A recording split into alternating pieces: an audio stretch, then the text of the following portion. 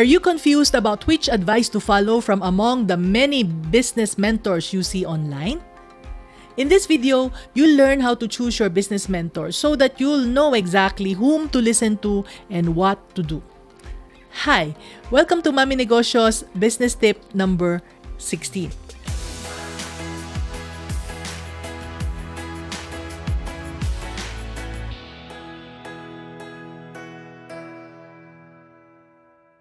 Whenever I ask the members of my Facebook groups where they look for business advice, the common answers I get are from friends and other people they know.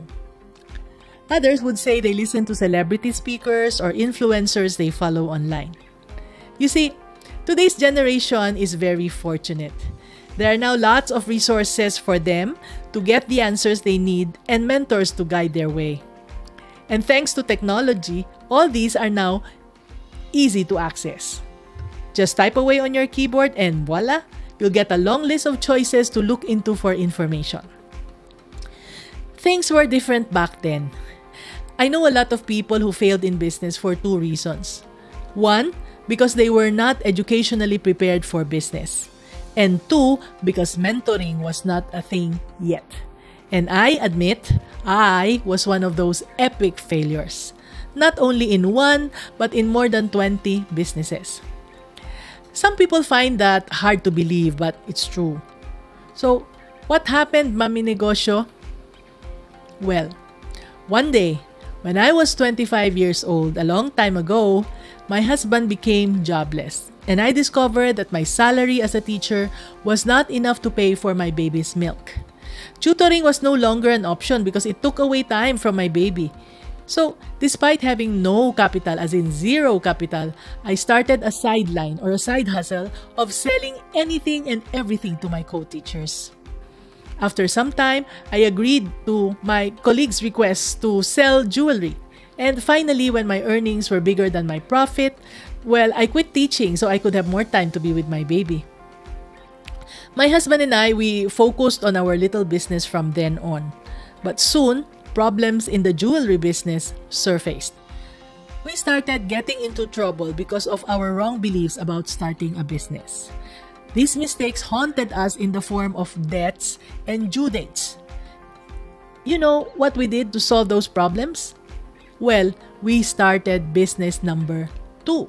We thought that the income of business 2 will then pay the debt of business number 1. And it was a bad move.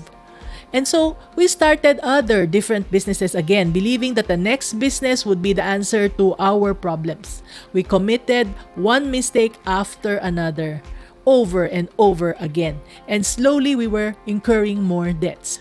Little by little, we were drowning in the debts, and we did not have a business mentor who was there for us. We did not have someone to guide us to do the right things. So, I searched for mentors in the form of authors and seminar leaders. I even went back to school and asked my professors. I learned a lot from all of them, but I didn't know which information was applicable to my business, so I applied everything, and I failed. It was like falling further down into an abyss. Yes, I was in a terrible mess as I hit rock bottom, and I even tried to kill myself to end it all because that was the only solution that I saw. That was the only way out. And it was then that when I gave it up all to God, that I finally discovered my purpose. I made a covenant with Him that if He will get me out of the pit of darkness, I'll spend the rest of my life to guide others to do so as well. And that was when slowly things started to turn around. This is also why I'm now your Mami Negosyo. I'm here to help you discover, start, and grow your business. I'm here as an instrument of His love and power.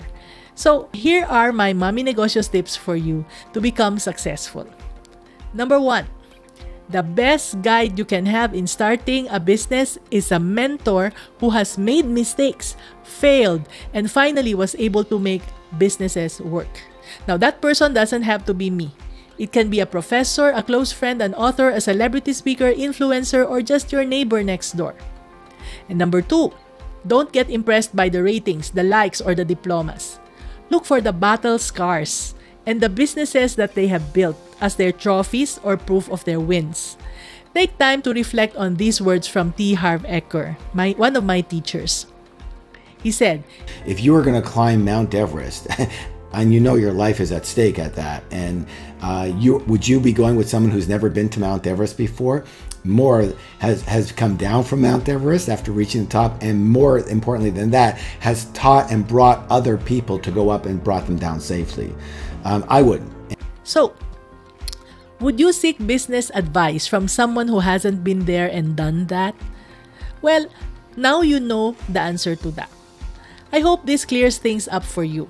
So, if you learned something today, make sure to share this video with a fellow aspiring entrepreneur and join our community by clicking the link below to learn more.